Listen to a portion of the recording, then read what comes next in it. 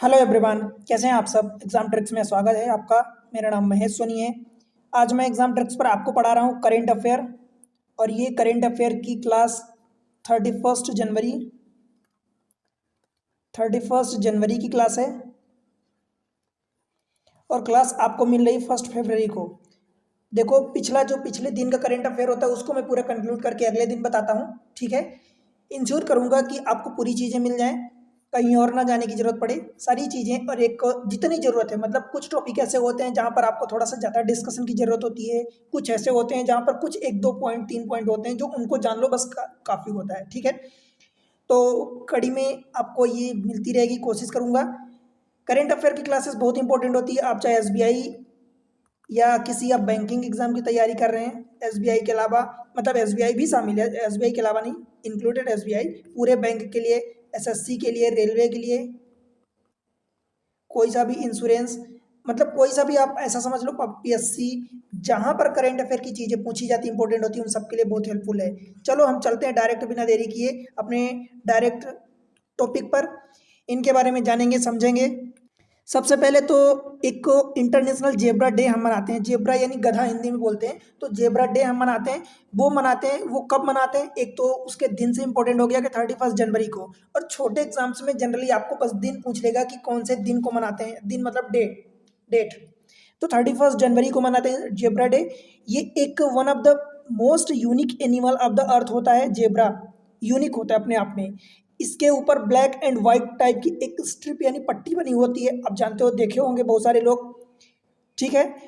हो क्या रहा है एक्चुअली, हम ये मनाते क्यों हैं, क्योंकि इनमें एक सीरियस थ्रेट्स हो रहा है। वाइल्ड एनिमल है ये, वाइल्ड एनिमल है, इसमें थ्रेट्स पाया जा रहा है, मतलब इनकी संख्या धीरे धीरे घटती जा रही है। ठीक है। अब जब संख्या घटेगी तो हमें उनको कंजर्व करने के लिए, उनको बचाने के लिए, कि उनका मतलब एकदम ख़त्म ना हो जाए, उनसे बचाने के लिए हमें कुछ ना कुछ कदम उठाना पड़ेगा। इसीलिए हम international day for the zebra मनाते हैं 31 जनवरी को। राइट, 31 जनवरी याद रखना डेट। इसमें क्या होता है एक्चुअली, ये जो डे है, इस दिन के थ्रू हम क्या करते हैं कि अवेयरनेस कैंपेन चलाते हैं, एजुकेशनल प्रोग्राम चलाते हैं, wild discussion and social media outreach, ये सब करते हैं। इंटरेस्टिंग कुछ फैक्ट है जेब्रा के बारे में, वो जानना इंपॉर्टेंट है। देखो, ये एक इसके जेब्रा के ऊपर जो स्ट्रिप बनी होती है ब्लैक एंड व्हाइट टाइप की, ये यूनिक स्ट्रिप होती है। यूनिक का मतलब कि हर एक जेब्रा की अलग अलग टाइप की होती है। जैसे हम इंसानों के बारे में आप जानते हो कि हम सबकी फिंगरप्रिंट्स अलग अलग होते हैं, हर एक इंसान की फिंगरप्रिंट्स अलग होती है। उसी टाइप से इनकी स्ट्रिप्स जो होती है वो भी यूनिक होती है अपने आप में। स्ट्रिप से होता क्या है कि ये अपनी बॉडी का टेम्परेचर रेगुलेट करते हैं। जेब्रा क्या करते हैं, अपनी बॉडी का टेम्परेचर रेगुलेट करते हैं बाय रिफ्लेक्ट करते हैं एंड ऑब्जॉर्व। जितनी हीट आप उनको जरूरत होती है, या तो ऑब्जॉर्व करते हैं या रिफ्लेक्ट करते हैं, जिसकी हेल्प से ही अपनी बॉडी के टेम्परेचर को रेगुलेट करते हैं। जेब्रा जो है उनका कम्युनिकेशन कैसे होता है, फेशियल एक्सप्रेशन के थ्रू करते हैं, अथवा अपने कान का मूवमेंट यानी ईयर का मूवमेंट करते हैं, अथवा कोई साउंड करते हैं। उनका ये कम्युनिकेशन का स्टाइल होता है। ठीक है। इंटरनेशनल जेब्रा डे हम समरी के रूप में देख लो, 31 जनवरी को मनाते हैं। जेब्रा कंजर्वेशन एंड अवेयरनेस इसका ऑब्जेक्टिव है। ठीक है। इंडेंजर्ड स्पीसीज, इसमें एक ग्रेवी जेब्रा है, ग्रेवी नाम का जेब्रा है, वो इंडेंजर्ड है। हैबिटेट में क्या है, African grassland and semi desert region है। ठीक है। कि इनके थ्रेड्स क्या क्या हो रहे हैं भाई, पोचिंग हो रही है, मतलब इनका शिकार हो रहा है, हैबिटेट लॉस हो रहा है, जहाँ पर ये रहते हैं वो जगह ही लॉस में जा रही है, एंड क्लाइमेट चेंज, ये सारी चीज़ें इनके लिए प्रॉब्लमेटिक है। जेब्रा डे इंपॉर्टेंट क्यों होता है, देखो 31 जनवरी को मनाया जाता है। इस डे की, जिस दिन ये डे सेलिब्रेट किया जाता है, उसकी हेल्प से क्या होता है कि अवेयरनेस कैंपेन चलाया जाता है, educational program, wild life discussion and social media के थ्रू बहुत सारी चीज़ें चलाई जाती हैं ताकि लोग इसके बारे में अवेयर रहें। कुछ फैक्ट्स जान लो इसके बारे में, जेब्रा के बारे में, कि जेब्रा एक यूनिक, इस पर जो स्ट्रिप्स होती है ना, ब्लैक एंड व्हाइट टाइप की जो स्ट्रिप होती है, ध्यान रखना, इस पर एक ब्लैक एंड व्हाइट टाइप की स्ट्रिप होती है। तो वो सिर्फ अपने आप में यूनिक होती है। यूनिक होने का मतलब कि जैसे हमारे ह्यूमन में हम सबके फिंगरप्रिंट्स अलग अलग होते हैं, वैसे ही जेब्रा की जो स्ट्रिप्स होती है वो यूनिक होती है। इनके ऊपर जो स्ट्रिप होती है उससे क्या होता है, ये अपनी बॉडी के टेम्परेचर जो होता है, अपनी बॉडी का टेम्परेचर उसको रेगुलेट करते हैं। कुछ अगर उनको जरूरत पड़ती तो रिफ्लेक्ट भी कर देते हैं, जरूरत पड़ती तो अब्जॉर्ब भी कर लेते हैं हीट, और जिसकी वजह से अपने बॉडी के टेम्परेचर को रेगुलेट करते हैं। जेब्रा का कम्युनिकेशन कैसे करते हैं भाई, या तो फेशियल एक्सप्रेशन करते हैं, या तो अपने कानों का ईयर का मूवमेंट करते हैं, अथवा कोई साउंड करते हैं। इसके थ्रू वो अपना कम्युनिकेशन जो भी एक दूसरे से कम्युनिकेट करते हैं। आपको सीधी सी बात है कि भाई हमसे आपसे तो ज़्यादा कम्युनिकेट करेंगे नहीं, हम समझेंगे नहीं, तो वो अपने में ही कम्युनिकेट करते हैं। ठीक है, अपनी स्पीसीज में। कुछ समरीज के बारे में जान लो कि इंटरनेशनल जेब्रा डे 31 जनवरी को मनाया जाता है, हमने देखा। ऑब्जेक्टिव क्या है कि zebra conservation and awareness program चलाना, मतलब उनके बारे में अवेयर करना लोगों को। इंडेंजर्ड स्पीसीज जो वो ग्रेवी जेब्रा नाम की एक स्पीसीज है जेब्रा की जो इंडेंजर्ड है। आप जानते हो कि इंडेंजर्ड, एक्सट्रीमली इंडेंजर्ड, एक्सटिंक्ट, ये सारी कैटेगरी होती हैं, क्रिटिकली इंडेंजर्ड, ठीक है, तो उनमें से है। हैबिटेट के बारे में African grassland and semi desert इनका हैबिटेट है जो जहाँ पर ये रहते हैं। थ्रेट्स क्या क्या हो रहे हैं भाई, पोचिंग यानी शिकार हो रहा है, हैबिटेट लॉस हो रहा है, क्लाइमेट चेंज हो रहा है, ठीक है। क्वेश्चन है आपसे, इंटरनेशनल जेब्रा डे कब मनाया जाता है, ये कौन सी डेट को मनाया जाता है, इसका आंसर आप कमेंट सेक्शन में मेंशन करोगे, ठीक है। आगे बढ़ते हैं क्वेश्चन, अगला टॉपिक है, देखो इंडियन रेलवे ने कुछ एक नया माइलस्टोन अचीव किया है, बिगेस्ट वन, दैट इज कवच डे 4.0। कवच एक प्रोग्राम चल रहा था इंडियन रेलवे का, तो उसमें कवच 4.0 जो सेफ्टी माइलस्टोन के लिए होता है। कवच किस लिए होता है, देखो आपसे पता है एग्जाम में कैसे क्वेश्चन आएगा कि कवच नाम का एक प्रोग्राम है जो किसका है, इसरो का है, रेलवे का है, एसबीआई का है, डीआरडीओ का है, ऐसे आपके पास ऑप्शन आएंगे इस टाइप से। अब आप वहां पर कंफ्यूज हो जाते हो कि भाई है क्या कवच, तो कवच सबसे पहले आप समझो कि कवच है क्या। भाई कवच का मतलब किसी चीज से सेफ्टी, सुरक्षा करना। सुरक्षा हमें इंडियन रेलवे में जो हमारी ट्रेन का एक्सीडेंट होता है उनसे रेलवे में सुरक्षा को देना, तो रेलवे की सुरक्षा के लिए कौन जिम्मेदार होगा, रेलवे। तो रेलवे का ये माइलस्टोन कदम है, रेलवे का ये प्रोग्राम या प्रोटोकॉल है कवच नाम का एक, ठीक है। तो ध्यान रखना कि इंडियन रेलवे ने लॉन्च किया है एक मेजर स्टेप, जिसमें अभी कवच का वर्जन 4.0 है, जिसमें से 472.3 किलोमीटर रूट का एक सिंगल दिन में, एक सिंगल डेज में इतना किलोमीटर अचीव किया है, ठीक है, सेफ्टी के हिसाब से। अब इसमें जो अचीव किया वो वेस्टर्न रेलवे जोन, नॉर्दर्न के लिए and east central railway zone शामिल है, तीनों का मिला के 472.3 किलोमीटर का एक दिन में ये माइलस्टोन अचीव किया गया है कवच की हेल्प से, कवच 4.0, राइट। अब अभी इसने जो रिकॉर्ड ब्रेक किया है कवच 4.0 कमीशनिंग, इसमें क्या है, जैसे ये तीन जोन है, western, northern and east central, तो ये ध्यान रखना कि बड़ोदरा विरार जो 344 किलोमीटर, किसमें से, इस 472.3 किलोमीटर में से, ये टोटल है एक दिन का, जिसमें से वडोदरा से विरार 344 किलोमीटर, ये वेस्टर्न वाला हो गया। फिर Tughlakabad junction cabin Palwal 35 kilometre, and उसके अलावा मणिपुर सरमातनार जो भी आप प्रोनाउंस कर लो, तो 93.3 kilometre east central railway zone, total मिला के आपका 472.3 किलोमीटर का है। जो अभी सिंगल डे का एक प्रीवियस रिकॉर्ड था, किसके नाम था, 324 किलोमीटर कोटा मथुरा जंक्शन का पहले का था रिकॉर्ड, उसको ब्रेक किया है, ठीक है। कवच के बारे में थोड़ा सा जान लो ओवरव्यू। देखो कवच जो है ये वर्जन 4.0 का है, latest and most advance version of the Indian indigenous ATP, automatic train protection. ATP मतलब आप समझो कि ऑटोमेटिक ट्रेन प्रोटेक्शन, कई बार चीजें आपसे फुल फॉर्म पूछ लेता है या एटीपी पूछ लेगा कि ऑटोमेटिक ट्रेन का फुल फॉर्म बताओ या ये किस चीज से जुड़ा हुआ है, तो ऑटोमेटिक ट्रेन प्रोटेक्शन यानी ट्रेन को ऑटोमेटिकली प्रोटेक्ट करेगा विद द हेल्प ऑफ कवच, ठीक है। अब इसमें क्या है कि जो अप्रूवल मिला है research design and standard organisation RDSO से, ये सब आप उतना ज़्यादा जरूरी नहीं है, जरूरी ये कि किस रूट पर है, किस लिए सिंगल, ये चीज़ें। क्वेश्चन जैसे which route recorded the highest इवर single day commissioning of the कवच, एक दिन का, तो हाईएस्ट सिंगल डे का जो बना है भाई हावड़ा, आपका बर्धमान पहला ऑप्शन है, दूसरा कोटा मथुरा, इसका तो रिकॉर्ड प्रीवियस का था, इसको ब्रेक किया है, तो ये नहीं होगा आंसर में, ठीक है। चौथा ऑप्शन है पलवल मथुरा, और तीसरा जो सी वाला है Vadodara Virar and other section 472.3 kilometre. Of course इसका आंसर आप कमेंट सेक्शन में दोगे, ठीक है, बन जाएगा। चलो अगली न्यूज है, सुप्रीम कोर्ट ने अभी डिक्लेयर किया है कि menstrual health as a fundamental right.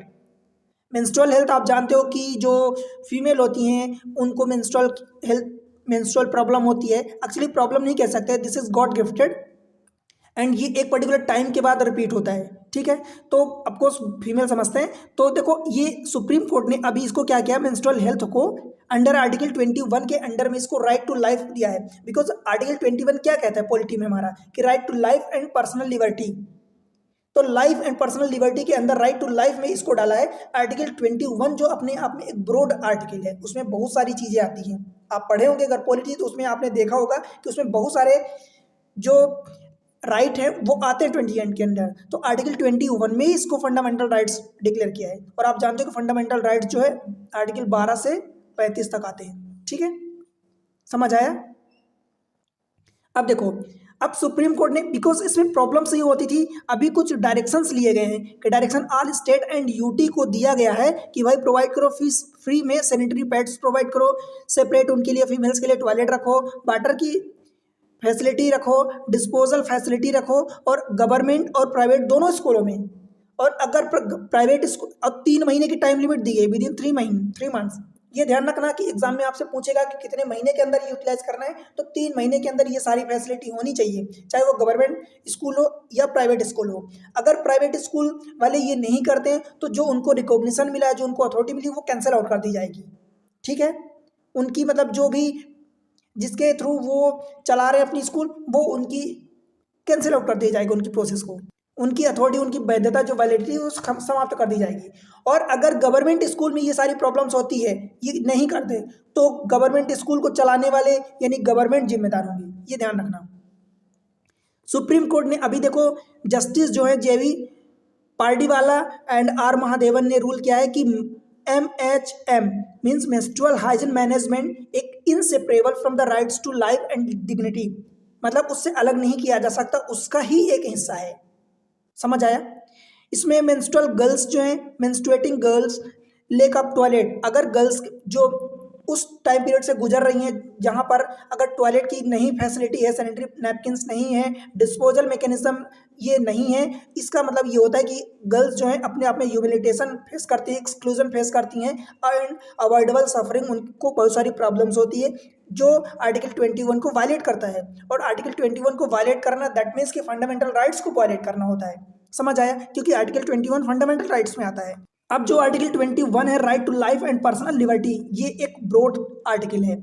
इसमें क्या है कि भाई no person shall be deprived from his life और पर्सनल लिबर्टी, ये आप जानते हो, except according to procedure established by law. अब प्रोसीजर एस्टेब्लिश्ड बाय लॉ ये पॉलिटी का एक अलग पॉइंट हो जाता है, तो मतलब कि कोई भी पर्सन डिप्राइव नहीं होना चाहिए अपने लाइफ एंड लिबर्टी से। अब ये आर्टिकल 12 की बस ये आर्टिकल की बात हुई। मेन चीज़ें जानना क्यों, क्योंकि सुप्रीम कोर्ट ने डिक्लेयर किया menstrual health as a article 21। Order क्या है कि फ्री सैनिटरी पैड प्रोवाइड करो, separate toilets for the all school, सभी स्कूल चाहे वो प्राइवेट हो या गवर्नमेंट हो। Article 21 and right to education act, इसका लीगल बेसिस है। 3 महीने की टाइम लिमिट दी गई है। Derecognition of the private school, उनको डी रिकॉग्निशन यानी जो रिकॉग्निशन मिला है उसको डी रिकॉग्नाइज कर देंगे, कैंसिल आउट कर देंगे। करिकुलम में एनसीईआरटी की चाहे हो या अथवा एससीईआरटी स्टेट की हो अथवा नेशनल की हो, इन सब में एप्लीकेबल होगा। क्वेश्चन है आपके सामने, supreme court linked menstrual health with which fundamental rights, कौन से फंडामेंटल राइट्स के अंदर इसको मेंशन किया है? तो ध्यान रखना आर्टिकल 14, 19, 21, 25, इनमें से आप आंसर कमेंट्स में मेंशन करोगे। आर्टिकल 21 मैं बता रहा हूँ ब्रॉड आर्टिकल है, तो आप आंसर दोगे। ठीक है, चलो अब देखो यहाँ पर जो हम तमिलनाडु ने स्टेट जो फिल्म बनती है वहाँ पर 2016 से 2022 का एक फिल्म का विनर जो है वो डिक्लेयर किया है। स्टेट फिल्म अवार्ड 2016 टू 2022 यहाँ के लिए डिक्लेयर किया है तमिलनाडु ने। यहाँ पर विनर जो है हमें कुछ याद रख सकते हैं, तो अगर हम याद रख लें, देखो गार्गी फिल्म एक 2022 में आई थी जिसमें साई पल्लवी जो उसको मिला है, Sai Pallavi best first prize उनको मिला, साई पल्लवी को बेस्ट फिल्म के लिए। गार्गी उनकी बेस्ट फिल्म थी जो 2022 में आई थी, उनको फर्स्ट प्राइज वहाँ से मिला बेस्ट फिल्म के लिए, और बेस्ट एक्ट्रेसेस का भी अवार्ड उन्हीं को मिला है। ठीक है, 2022 के लिए। सिमिलरली एक जय भीम नाम की फिल्म आई थी जिसके स्टारर सूर्या, अगर आप जानते होंगे सूर्या, जिन्होंने उनको भी पहला अवार्ड मिला है, एंड ये 2021 में आई थी जय भीम। तो ऐसे ही मैं 2016 से 2022 तक का लगा दिया हूँ। अगर आप जितना याद रख सकते हो तो रख लो, पूरी चीज़ें तो कई बार याद रखते भी हैं फिर भी भूल जाती है, तो आप कुछ चीज़ें बेस्ट फिल्में याद रख लो, उसमें कौन हीरो एंड कौन हीरोइन यानी एक्ट्रेसेस, एक्टर एक्ट्रेसेस इनको अवार्ड मिला है, आप वो ध्यान रख सकते हो। देखो 2016 की फिल्म है माना गरम, ये बेस्ट फिल्म थी। कुछ 2022-21 का याद रख लो, 2001, 2, 3 याद रख लो जो मेन मेन है। 2017 की जो फिल्म थी अरमम आराम, 2018 की फिल्म थी परी पेरी यरुम पेरुमल। एक्चुअली हम लोग हिंदी लैंग्वेज से बिलोंग करते हैं, तो ये नाम उधर के साउथ इंडियन के नाम होते हैं, तो थोड़ा सा प्रोनाउंसिएशन भी हम लोगों के लिए डिफिकल्ट होता है और मीनिंग भी समझ नहीं आती। तो बहुत सारे जो एक्टर एक्ट्रेसेस हैं उनको अवार्ड मिला है। यहाँ पर जैसे एक्टर की मैं और बात करूँ तो लीडिंग एक्टर जैसे हैं, तो लीडिंग एक्टर में बाधा चेन्नई 2018 में आई थी, जो धनुष को मिला है बेस्ट एक्टर का अवार्ड 2018 में, बाधा चेन्नई धनुष को मिला है। और विक्रम प्रभु बेस्ट एक्टर 2022 में इनकी फॉर तन्नाकरन फिल्म के लिए। कुछ और भी अवार्ड मिले हैं जिसमें से विजय सेतुपति, आर्या को मिला है, नयनतारा जो हीरोइन है, ज्योतिका, कीर्ति सुरेश को आप लोग जानते होंगे, मंजू वारियर, इन सबको मिला है। ठीक है, तो ये मैं स्क्रीनशॉट लगा दिया हूँ, आप इनमें से देख लेना।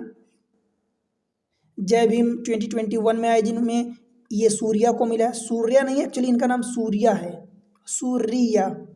एंड 2022 वाली एक गार्गी फिल्म, इसमें से साई पल्लवी को मिला है गार्गी के लिए, and Vikram Prabhu best actor और एक्ट्रेसेस का साई प्रभु इनको मिला है। ठीक है, और यहाँ पर एक्टर जो है आर्या को मिला है। आगे बढ़े, अब देखो अगले न्यूज़ इसमें क्या है कि वर्ल्ड बैंक ने एक प्लेस किया है कि 8 से 10 बिलियन डॉलर, 8 से 10 बिलियन यूएस डॉलर, यानी डॉलर जो हम जनरली यूज़ करते हैं यूएस डॉलर की बात करते हैं। हालांकि डॉलर और भी कंट्री हैं लाइक ऑस्ट्रेलिया, बहुत सारी कंट्रीज हैं जो डॉलर यूज़ करती हैं। तो अभी वर्ल्ड बैंक ने 8 से 10 बिलियन डॉलर का जो एनुअली इंडिया को रुपीज़ ये मतलब इतना अमाउंट देने का प्लेस किया है, वचन दिया है। वर्ल्ड बैंक ग्रुप अपने आप में होता है अनाउंस कि एक यूएसडी 8 से 10 बिलियन हर साल, कब तक देगा, 5 साल तक देगा, फॉर द नेक्स्ट 5 ईयर, 5 साल तक देगा 8-10 बिलियन, ये हर साल का अमाउंट है। ठीक है, comes under the newly agreed country partnership framework, मतलब इंडिया एंड वर्ल्ड बैंक के लिए एक एग्रीमेंट साइन हुआ है जिसमें से कंट्री पार्टनरशिप फ्रेमवर्क के लिए वर्ल्ड बैंक ग्रुप जो है इंडिया को 8 से 10 बिलियन डॉलर का अमाउंट हर साल देगा अगले 5 साल तक के लिए। अब वर्ल्ड बैंक अपने आप में इंपॉर्टेंट हो जाता है कि भाई वर्ल्ड बैंक के बारे में थोड़ा सा जान लो। तो वर्ल्ड बैंक के 5 एक कोर ग्रुप होते हैं, अथवा इनके वर्ल्ड बैंक के एक मेन ऑर्गेनाइजेशन आप कह सकते हो, जिसमें से आता है IBRD आता है, IDA आता है, IFC आता है, मीगा आता है, ICSID आता है। अब ये जो IBRDA होता है इसका मतलब होता है भाई international bank for reconstruction and development, international bank for the reconstruction and development ये होता है। IDA मतलब की होता है इंटरनेशनल डेवलपमेंट एसोसिएशन। IFC जो होता है वो इंटरनेशनल फाइनेंस कॉर्पोरेशन होता है। मीगा जो होता है वो मल्टीलेटरल इन्वेस्टमेंट गारंटी एजेंसी होता है, मल्टीलेटरल इन्वेस्टमेंट गारंटी एजेंसी होता है। ICSID ये होता है भाई international centre for settlement of investment and dispute, ये होता है। तो इन सब का अपना अपना रोल होता है। कई बार आपसे चीज़ें ऐसे पूछ देता है कि इनमें से कौन सा, 4-5-6 ऑप्शन दे देगा, उनमें से बोल देगा ये कौन सा वर्ल्ड बैंक का ग्रुप नहीं है। तो ये 5 होते हैं, IBRD होता है, IDA होता है, IFC होता है, मीगा होता है और ICSID होता है। ठीक है, इनकी फंडिंग मैकेनिज्म आप देखो ये ज़्यादा इंपॉर्टेंट नहीं है आपके हिसाब से। एक डेफिनेशन पर्पस ये होता है कि ये कुल मिला के वर्ल्ड बैंक जो है ग्लोबल की गरीबी जो है, जो प्रॉब्लम्स है उनको दूर करता है। तो global development nutrition provide financial aid, technical support and research, ये सारी चीज़ें प्रोवाइड करता है। Aim to reduce poverty, promote education, अच्छी चीज़ें करता है।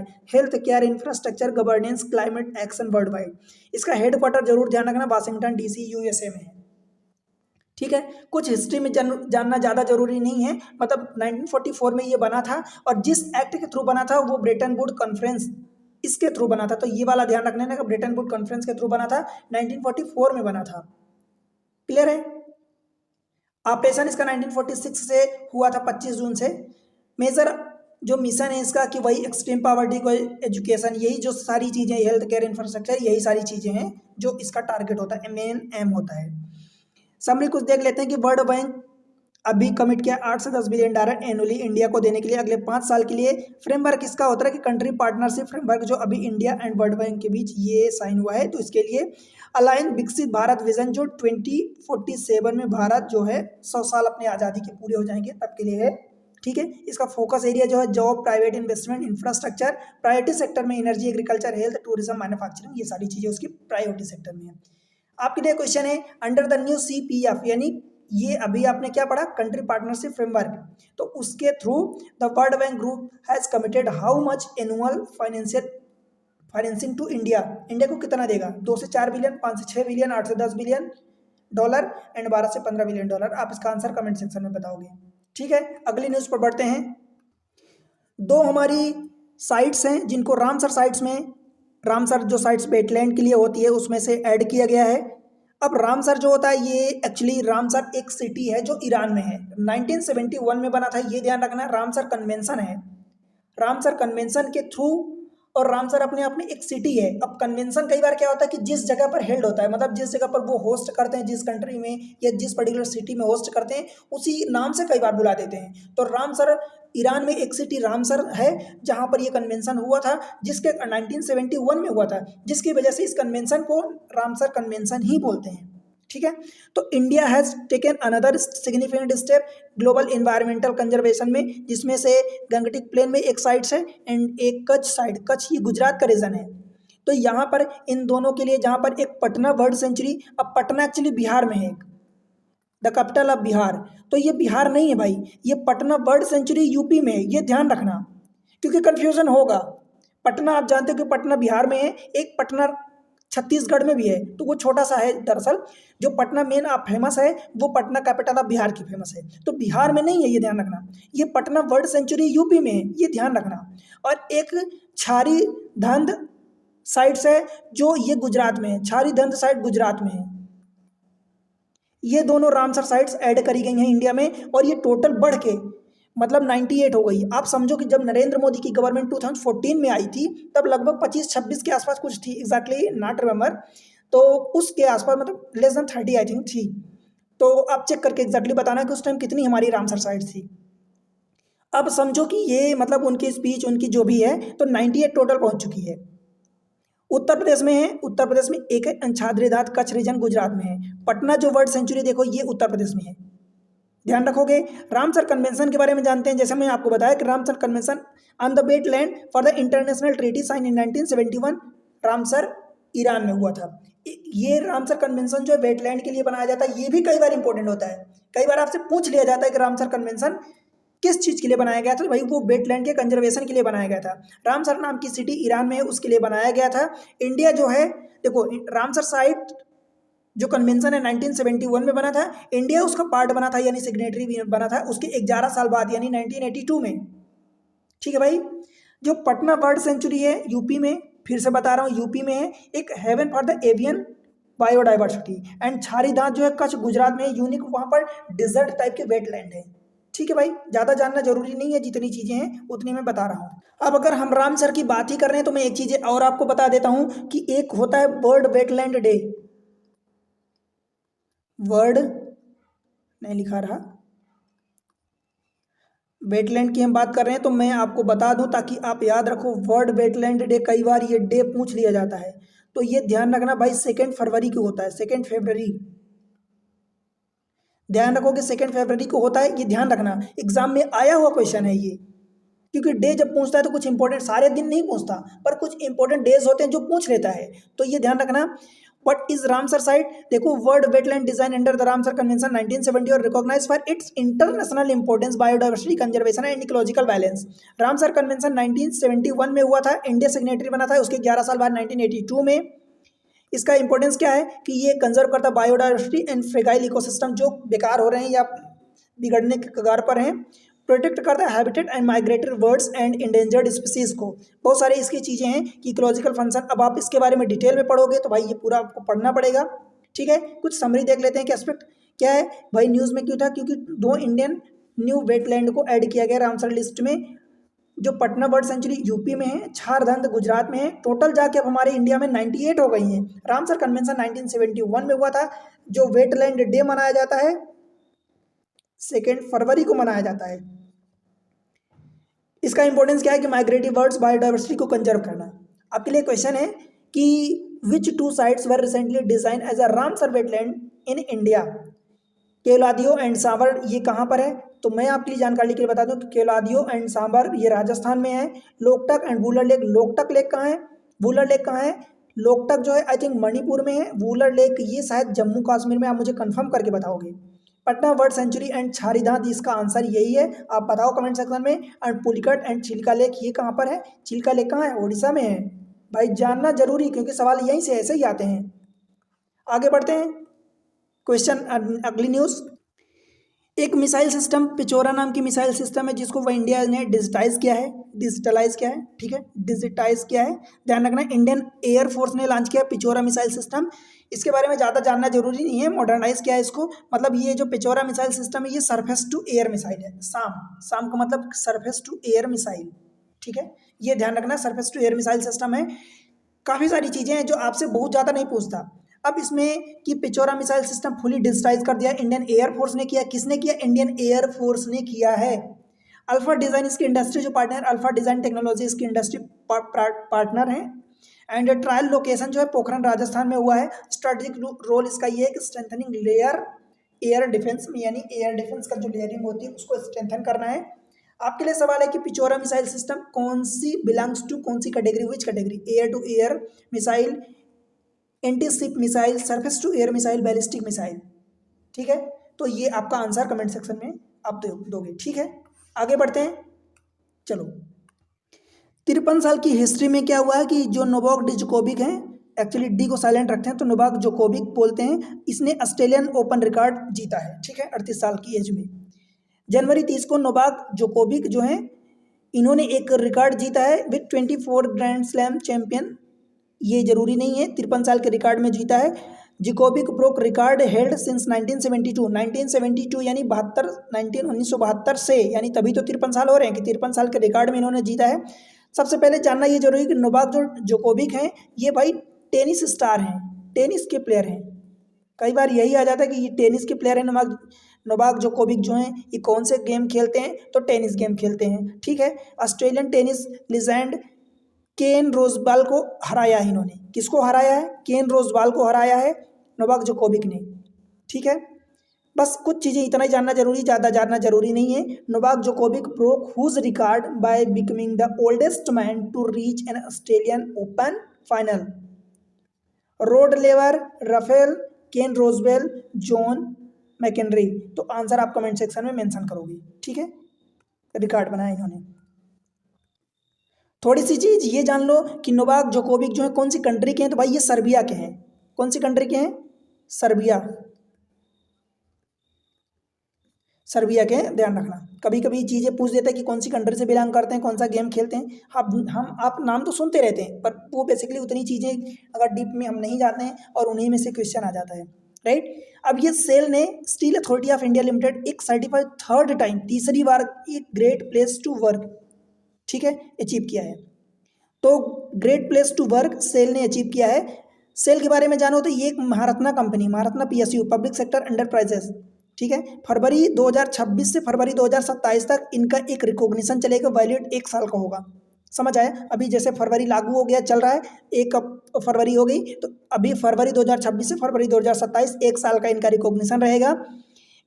Great place to work certification है क्या? तो भाई certification is awarded by great place to work institute, a globally recognised authority on the work place culture. Work करने के लिए जितना बढ़िया recognise authority work place culture मिले उतना बढ़िया होता है। देखो सेल जो एक महारत्ना PSU, इतना जानना जरूरी है कि ये महारत्ना, कई बार नाम दे देता है, पूछ देता है कि कौन सा इसमें महारत्ना है, कौन सा मिनी रत्ना है। तो महारत्ना आई थिंक 12 के आसपास है कुछ, तो उनमें से आप जान लो कि उनके नाम जानते रहो। फिर कुछ चीज़ें मिनी रत्ना के बारे में कुछ कंपनियां जान लो, 5 लगभग आपका काम हो जाता है, ठीक है।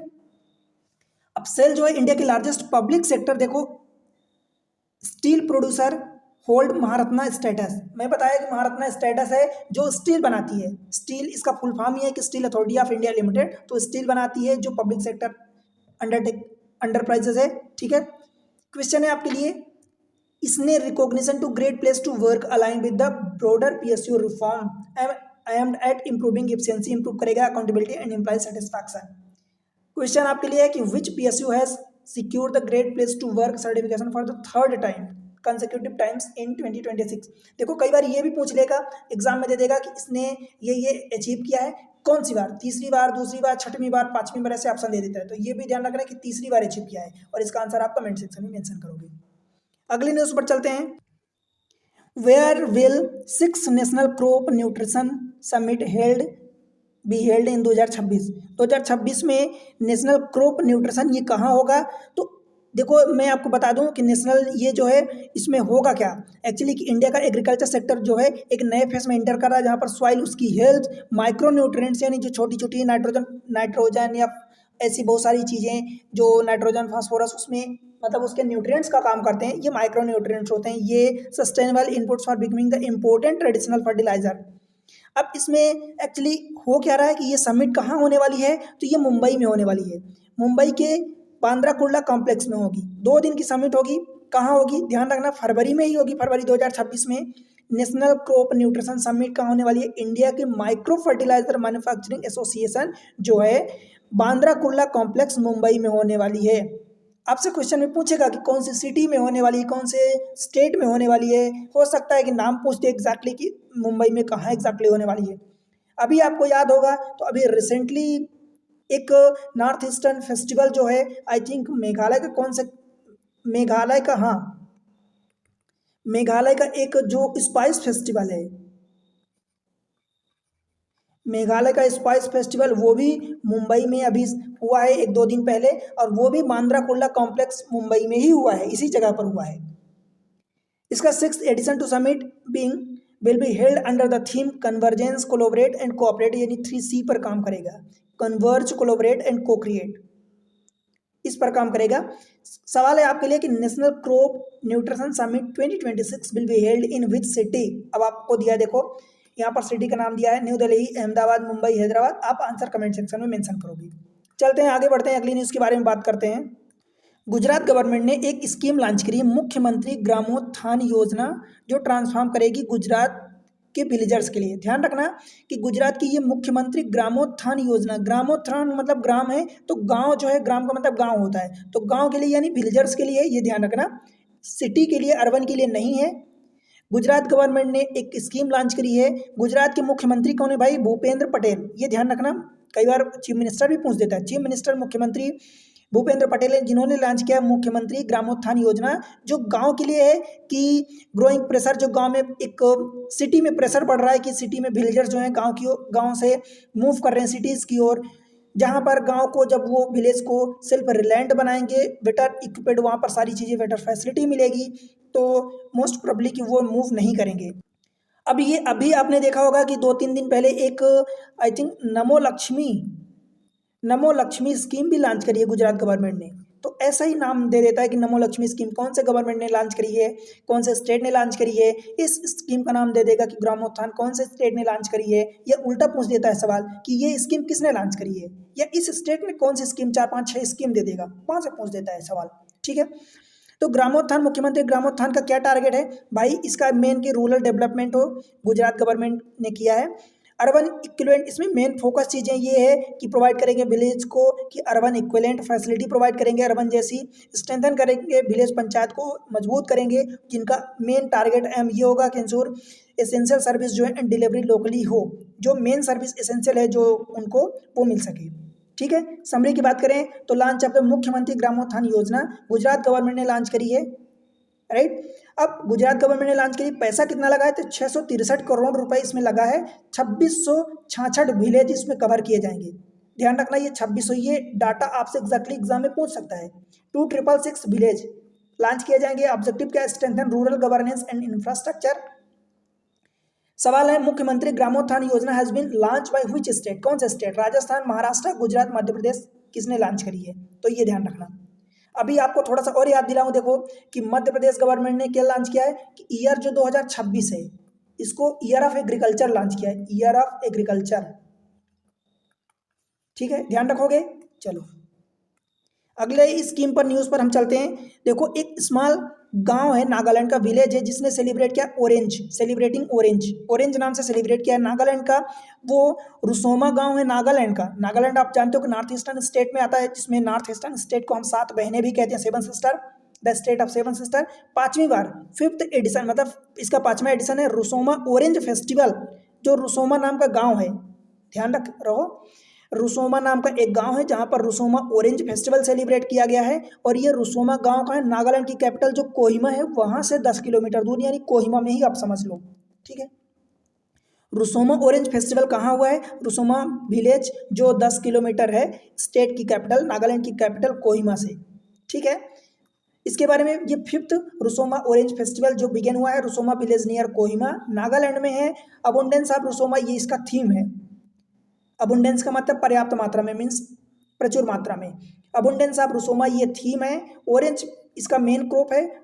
हाउस होल्ड इसमें कितने हैं, 470 आउट ऑफ 570 इसमें इन्वॉल्व हैं, मतलब टोटल जैसे 570 घर हैं उनमें से 470 घर इन्वॉल्व हैं। फ्यूचर टारगेट ये है कि 100 हेक्टेयर 25 लाख फ्रूट्स, 100 हेक्टेयर में 25 लाख फ्रूट्स जो है वहाँ पर प्रोड्यूस किए जाएं।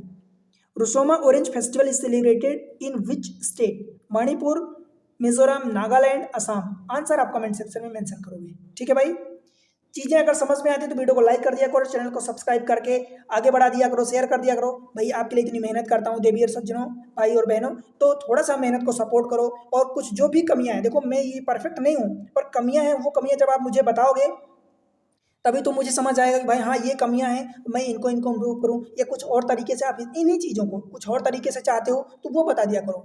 बिकॉज अगर हमें इतनी न्यूज़ कवर करनी है तो मुझे ये भी रहता है कि भाई कम टाइम में ये चीज़ें इतनी देनी है।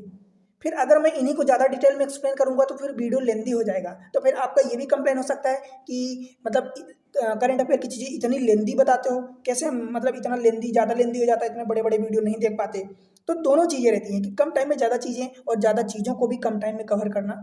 ठीक है, तो बस यही कोशिश रहती है, बाकी आप अपना रिव्यू जरूर देना कमेंट सेक्शन में। ठीक है, चलो, स्पेनिश साइंटिस्ट हैं, इन्होंने एक क्यूर किया है पैनक्रिएटिक कैंसर, जो पैनक्रिएटिक कैंसर होता है उसके लिए क्योर किया है, तो ये न्यूज़ में आया है। Study led by the veteran cancer scientist Mariano Barbacid, जो रिसर्च एक पूरे दशक में पैनक्रिएटिक कैंसर जो है उसका रिसर्च किया पूरे डिकेड में, ये न्यूज़ में आया है। इसके बारे में ज़्यादा जानना जरूरी नहीं है, जितनी चीज़ें देखो, triple drug therapy eliminate pancreatic cancer in a mice, जो माइस होते हैं उनमें से ये पैनक्रिएटिक कैंसर है उसको एलिमिनेट कर देगा। जो साइंटिस्ट हैं मारियानो बारवेसिड, साइंटिस्ट का नाम पूछ सकता है। ये ट्रिपल ड्रग थेरेपी किस पर यूटिलाइज की गई है, तो पैनक्रिएटिक कैंसर के लिए जो माउस में होते हैं। ठीक है, इंस्टीट्यूशन कौन सा इन्वॉल्व है, तो Spanish national cancer research centre involve है। जर्नल जहाँ प्रस्तुत किया, जर्नल वालों ने बहुत कम पूछता है, ये नहीं पूछता। Proceeding of the national academy of the scientist, no tumour, एक इसका की जो आउटकम है, no tumour release, no tumour relapse, no toxicity, कोई भी ट्यूमर रिलैप्स नहीं होगा, टॉक्सिसिटी जो होगी वो लो होगी, टॉक्सिक नेचर कम होगा। ठीक है, recent pancreatic cancer breakthrough involve in which approach, gene editing नहीं भाई, immunotherapy alone no, triple drug combination therapy yes यही है, and radiation only treatment no, तो इसका थर्ड ऑप्शन करेक्ट हो जाएगा। आंसर आपको मिल गया है। ठीक है, आगे बढ़ते हैं, अगली न्यूज़ है। देखो, इसरो ने कंफर्म किया एक गगनयान जो इसरो का मिशन है वो उसकी टाइमलाइन बताया है कि कब लॉन्च होगा, तो ये लॉन्च होगा भाई 2027 में लॉन्च होगा। इसरो का गगनयान मिशन ये बहुत इंपॉर्टेंट है, बहुत टाइम से अवेटेड था, अभी इसको शेड्यूल किया गया है कि ये 2027 में ये लॉन्च होगा। इसरो के चेयरमैन कौन है, तो भाई ध्यान रखना कि वी नारायणन इसके चेयरमैन है इसरो के। उस टाइम जब एक इसरो का लॉन्च हुआ था तो एक टाइम पर के सिवन थे, पुराने करीब 3-4 साल पहले उन्होंने लॉन्च किया था, उनका जब चंद्रयान मिशन फेल हुआ था तो बहुत तो मतलब ठीक है सबको बुरा लगा था। अभी इसके चेयरमैन वी नारायणन है, जो शेड्यूल किया है कि 2027 में इस गगनयान मिशन को लॉन्च करेंगे। गगनयान मिशन में देखो, सबसे पहली बात तो ये ध्यान रखना कि जो मिशन में जो इंडियन एस्ट्रोनॉट जो भेजे जाएंगे, वहाँ जो इंडियन एस्ट्रोनॉट जो भेजे जाएंगे उनको, मतलब यात्री जो भेजे जाएंगे तो उनको गगन यात्री, क्योंकि वो गगन में जा रहे हैं तो गगन यात्री होंगे कहलाएंगे वो। ये लॉन्च कहाँ किया जाएगा, तो भाई लो अर्थ ऑर्बिट में लॉन्च किया जाएगा, ये ध्यान रखना इंपॉर्टेंट पॉइंट। LEO यानी लो अर्थ ऑर्बिट होता है, मीडियम अर्थ ऑर्बिट होता है, तो ऐसी और भी होती हैं चीज़ें, लो अर्थ ऑर्बिट में लॉन्च किया जाएगा। ठीक है, ये 4th नेशन होगा, इंडिया जो है 4th नेशन होगा। उसके पहले US, रसिया एंड चाइना ये लॉन्च कर चुके हैं इंडिपेंडेंटली, अकेले ये अचीव कर चुके हैं ये फैसिलिटी। जो रोल है व्योम मित्रा, तो सबसे पहले ध्यान रखना कि व्योम मित्रा क्या है इस चीज़ में। व्योम मित्रा का डायरेक्ट में बताऊं तो भाई एक मुझे एग्जैक्टली याद नहीं आ रहा, MPPSC 2-3 साल पहले अथवा UPSC में प्रीलिम्स में ये डायरेक्ट क्वेश्चन आता है कि व्योम मित्रा जो है ये किसका इनिशिएटिव है। व्योम मित्रा इसरो का है, DRDO का है, या कुछ और वर्ल्ड की एजेंसी दे दिया था, तो ये किसका है। तो ऐसे ही चीज़ें उस टाइम ये नया आया था, तो ऐसी चीज़ें भाई ज़्यादा इंपॉर्टेंट हो जाती हैं। व्योम मित्रा है क्या, कह रही व्योम मित्रा एक इसरो का ह्यूमनॉइड रोबोट है। इसरो का किसका है, इसरो का है, ह्यूमनॉइड रोबोट है, ध्यान रखना व्योम मित्रा।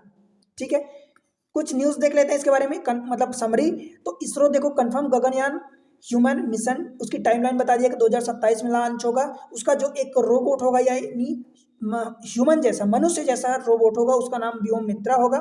मनुष्य जैसा एकदम, इसका आप जब गूगल करके इसकी फोटो देखना, इसका फोटो वीडियो देखना, एकदम इंसानों जैसा, जैसे रोबोट एक साउथ की मूवी बनी थी रजनीकांत की, तो उसके जैसा मतलब वैसे ही एक रोबोट है व्योम मित्रा। लाइट व्हीकल है, इसमें ह्यूमन रिलेटेड। ऑर्बिट जो है इसका 400 किलोमीटर का है। मिशन ड्यूरेशन 3 दिन का होगा। ठीक है। India first human space flight mission Gaganyaan is plan for which year? 2025, 26, 27, 30, तो 2000 इसका आप आंसर दोगे कमेंट सेक्शन में। ठीक है भाई, चलो अगले न्यूज़ पर चलते हैं। न्यूज़ है हमारी, एक एलेना रबाकिना, अब इसको प्रोनाउंसिएशन थोड़ा सा मिसमैच हो सकता है, एलेना रबाकिना, इन्होंने Australian open 2026 women single champion बनी है। वोमेन सिंगल चैंपियन एलेना रबाकिना जो जीती हैं Australian open 2026 women single title जीती हैं। हराया किसको? एक नाम ये भी ध्यान रखना कि आर्यन सबलेंका, आर्यन सबालेंका को हराया है एलेना रेबिना। आप ऐसा याद रख सकते हो कि ER इन्होंने जीता है, इन्होंने जीता है, और हराया किसको है? तो AS को, एलेना सबालेंका को हराया है, तो ये लूजर हैं। ठीक है भाई, ध्यान रखना, कई बार ऐसे नाम होते हैं जो थोड़ा सा हमें याद करने में प्रॉब्लम क्रिएट करते हैं, but at the same time कि नाम को किसी तरीके से अगर याद रखो तो क्वेश्चन भी आएंगे, तो डायरेक्ट आपको हमेशा के लिए मेमोराइज नहीं करना, डायरेक्ट आपको आंसर टिक करना है। ठीक है, कुछ जान लेते हैं कि रेबेकिना यानी एलेना रबाकिना, इनकी विक्ट्री कैसे हुई। तो देखो, एलेना रबाकिना पहली ऑस्ट्रेलियन ओपन टाइटल जीती हैं and second grand slam title अपने कैरियर में आफ्टर विंबलडन 2022। ठीक है। अरीना सबलेंका जो है ये सेकंड कंसेक्यूटिव ईयर में ऑस्ट्रेलियन ओपन को हारी हैं, मतलब फाइनल में ये दूसरी बार लगातार कंसेक्यूटिव साल में हारी हैं आर्यन सबलेंका। क्वेश्चन है, who one the Australian open 2026 women single title? कौन जीती हैं? ये ध्यान रहे, जीतने की बात हो रही। आर्यन सबलेंका ये तो लूजर हैं। ठीक है। मेडिसन कीस, एलेना रबाकिना एंड ये ईगा स्वा किस लैंग्वेज में लिखा है, तो ये ईवा मतलब IS। तो आप इसका करेक्ट आंसर आप कमेंट सेक्शन में बताओगे। ठीक है भाई, आगे बढ़ते हैं, अगली न्यूज़ देख लेते हैं। बस एक दो न्यूज़ और बची है। Why did Ladakh sky turn blood red? Bloody red type की लद्दाख की जो आसमान है वो हो गया है इट कि इसका कारण क्या है? कि ब्यूटी है अथवा कोई वार्निंग है धरती पर? तो ये चीज़ें हैं कि क्यों हुआ है। देखो, बहुत सारी चीज़ें होती रहती हैं, हमारा इन्वायरमेंटल चेंजेस होता रहता है। इसमें लद्दाख के हेनले रीजन में, हेनले एक नेशनल पार्क भी है, आपको पता है हेनले नेशनल पार्क है। अब वो ऐसे ही पूछा जाएगा कि हेनले नेशनल पार्क कहाँ है। हेनले रीजन है, तो हेनले रीजन में एक शॉकिंग ऑब्जर्वेशन हुआ है जहाँ पर northern light over the India हुआ है। मतलब उसमें क्या हुआ है एक्चुअली कि बहुत सारी चीज़ें कुछ अलग हो गई हैं, एक ब्लड रेडी टाइप का आसमान हमें दिखा है। अब हुआ का एग्जैक्टली लद्दाख में कि हेनले रीजन लद्दाख में रीजन फेमस पर जहाँ पर जनरली क्या होता है कि डार्क स्काई होता है एंड एस्ट्रोनॉमिकल ऑब्जर्वेशन होता है, डार्क स्काई होता है, ये होता है जनरली। एंड इसके कारण instead of the usual starlit darkness the sky turn deep crimson type का, डीप ब्लड रेड टाइप का हो गया है। देखो, हेनले रीजन में लद्दाख में ये हुआ है, जनरली वहाँ का स्काई जो होता है वो डार्क होता है, बट ये एस्ट्रोनॉमिकल ऑब्जर्वेशन ने देखा कि वहाँ पर भाई डार्क की जगह ब्लड रेड टाइप का हो गया। ये फिनोमिना हुआ क्यों? Occurred when charge particle from the sun, जो सन से चार्ज पार्टिकल निकलते हैं, collide with earth magnetic field, धरती के मैग्नेटिक फील्ड से कोलाइड कर गए हैं, इसकी वजह से ये फिनोमिना हुआ है। ठीक है, धरती के सूर्य के जो पार्टिकल हैं, चार्ज पार्टिकल, वो धरती के अर्थ के मैग्नेटिक फील्ड से कोलाइड करके हैं, जिसकी वजह से ये ब्लडी रेड टाइप का ये आकाश देखने को मिला है। The red sky observe in the Ladakh in January 2026 was caused by which volcanic S? नहीं भाई, एटमॉस्फेरिक पोल्यूशन ऐसा तो कुछ नहीं है, लूनर एक्लिप्स ऐसा भी कुछ नहीं है, सीवियर जियोमैग्नेटिक स्टॉर्म, यस यही करेक्ट आंसर होगा। ठीक है, चलो अगली न्यूज़ देखते हैं। Who is Sunetra Pawar? सुनेत्रा पवार कौन है? जो महाराष्ट्र में अभी डिप्टी CM अजित पवार की एक दर्दनाक फ्लाइट क्रैश में उनकी डेथ हुई है, तो एक्चुअली उनकी जगह ये सुनेत्रा पवार को उनकी पोस्ट दी गई, डिप्टी CM बनी है, नई डिप्टी CM महाराष्ट्र की सुनेत्रा पवार बनी है। ठीक है, अब इनका करियर है, इनके बारे में जानना जरूरी है कि मतलब थोड़ा सा। Sunetra Pawar took oath as the first women, पहली वोमेन बनी है deputy CM of the state, deputy CM of the state Maharashtra की ये पहली वोमेन CM बनी है, वोमेन डिप्टी CM बनी है। जिनकी ओथ सेरेमनी 62 ईयर अभी एज है, अनएनिमसली इलेक्ट हुई हैं, मतलब कोई इनमें ऐसा कोई अगेंस्ट नहीं गए थे इनकी पार्टी के लोग, तो अनएनिमसली सभी लोग बोले कि हाँ इनको बनाया जाए। 62 ईयर की हैं। अब इनको देखो, सुनेत्रा जो पवार हैं, इनको 3 पोर्टफोलियो दिया गया है। एक एक्साइज ड्यूटी का दिया गया है, स्पोर्ट्स एंड यूथ वेलफेयर का दिया गया है, एंड माइनॉरिटी डेवलपमेंट ये दिया गया है। ये 3 पोर्टफोलियो इनको दिया गया है इनके अंडर में। कुछ चीज़ें ऐसी हैं कि जो पहले अजित पवार जी होल्ड करते थे। Crucial finance and planning department जो अभी अजित पवार प्रीवियसली होल्ड करते थे, ये डिपार्टमेंट पोर्टफोलियो ये अभी करेंटली उनको देवेंद्र फडणवीस जो चीफ मिनिस्टर हैं उनको दे दिया गया है। ठीक है, चलो आखिरी न्यूज़ देख लेते हैं। एसबीआई ने एक नया power India economic boom launch किया है जिसका नाम है चक्र। सुदर्शन चक्र नहीं, एक्चुअली पूरा नाम चक्र बस इसका, CHAKRA चक्र। किसने लॉन्च किया है भाई? एसबीआई ने लॉन्च किया है, ये बैंक ने लॉन्च किया है। ध्यान रहे, चक्र जो है कोई भगवान जी का सुदर्शन यहाँ पर बात नहीं हो रही है, चक्र एसबीआई ने लॉन्च किया है। एसबीआई इसका मतलब ये कि ये इकोनॉमी के मामले में लॉन्च किया है कि इकोनॉमी अच्छे से काम करे, बूम करे इकोनॉमी, इसलिए एसबीआई ने लॉन्च किया है। SBI introduced Chakra specialized center aim at institutional capability to finance sunrise sector। क्या करना है? Finance sunrise sector. अब सनराइज सेक्टर कुछ होते हैं, कुछ सेक्टर ऐसे होते हैं जिनको हम, मतलब सनराइज का मतलब आप समझते हो। देखो कुछ ऐसे सेक्टर होते हैं जैसे कि उनका फ्यूचर बहुत अच्छा रिसेंटली अच्छा दिखता है कि रिसेंट आने वाले टाइम में कुछ अच्छा फ्यूचर होने वाले, तो उनको सनराइज सेक्टर के बोलते हैं। तो उन सनराइज सेक्टर में फाइनेंस करना मतलब कुछ पैसे उनमें देना कि भाई वो और अच्छे से ग्रोथ करें। ठीक है, तो वही एसबीआई ने लॉन्च किया है, उसी काम के लिए चक्र को लॉन्च किया एसबीआई ने। चक्र है क्या and why it was launch? देखो चक्र एक short centre of excellence for sunrise sector. ध्यान रखना, centre of excellence for sunrise sector इस चीज के लिए है, एक institutional platform created by SBI understand, मतलब उस चीज को understand access and finance industry that will still taking shape. तो इन चीजों के बारे में है, समझ आया? चक्र एक launch by SBI aim at financing which type of sector. देखो चक्र अब आपसे ये बता दिया कि यहाँ पर लॉन्च एसबीआई ने किया, क्वेश्चन में ये बता दिया। हो सकता है एग्जाम में आपके ये पूछ दे कि चक्र नाम का एक इनिशिएटिव या समथिंग जो है उसको किसने लॉन्च किया है? एसबीआई ने लॉन्च किया, ये पूछ दे, या एसबीआई ने क्या लॉन्च किया है? चक्र लॉन्च किया है, ऐसे पूछ देता है किसी भी फॉर्म में। अब यहाँ पर किस टाइप के सेक्टर के लिए पूछा है आपसे, ये पूछ दिया है traditional manufacturing sector, agriculture subsidy program, sunrise and emerging sector, small retail business. इसका आंसर आप कमेंट सेक्शन में दोगे। ठीक है भाई, तो इस तरीके से आज की न्यूज़ खत्म होती है। मैं एग्जाम ट्रिक्स पर ये सारी चीज़ें आपको पढ़ा रहा हूँ। कहाँ मिल रही है? एग्जाम ट्रिक्स पर। तो ये चैनल है, आप लोग इस चैनल को सपोर्ट करो। सपोर्ट करने के लिए वीडियो को लाइक कर दो, चैनल को सब्सक्राइब कर लो, अभी कर लो अगर चैनल पर पहली बार आए हैं, और शेयर कर दो अपने सारे दोस्तों के साथ। जो सवाल जो चीज़ें आपसे पूछी जा रही है उसका कमेंट सेक्शन में आंसर दो, और एक प्यारा सा कमेंट सेक्शन में जाके कमेंट्स मेंशन करो और बताओ। आपकी जानकारी के लिए मैं बता दूं कि भाई इस चैनल पर क्वांट यानी मैथमेटिक्स 2 बार पढ़ाई जा चुकी है, रीजनिंग पूरी पढ़ाई जा चुकी है, उसके अलावा डीआई पढ़ाई जा चुकी है, कुछ स्टैटिक पार्ट के वीडियो आपको मिल जाएंगे। तो क्वांट बेहतरीन तरीके से 2 बार पढ़ाया गया है। अब सेपरेट प्लेलिस्ट बनी, चैप्टर का नाम दिया है, चैप्टर के नाम के अकॉर्डिंग प्लेलिस्ट अरेंज है, आप जाके देखो और उसका फायदा उठाओ। मिलते हैं अगले लेक्चर में, तब तक के लिए बाय बाय।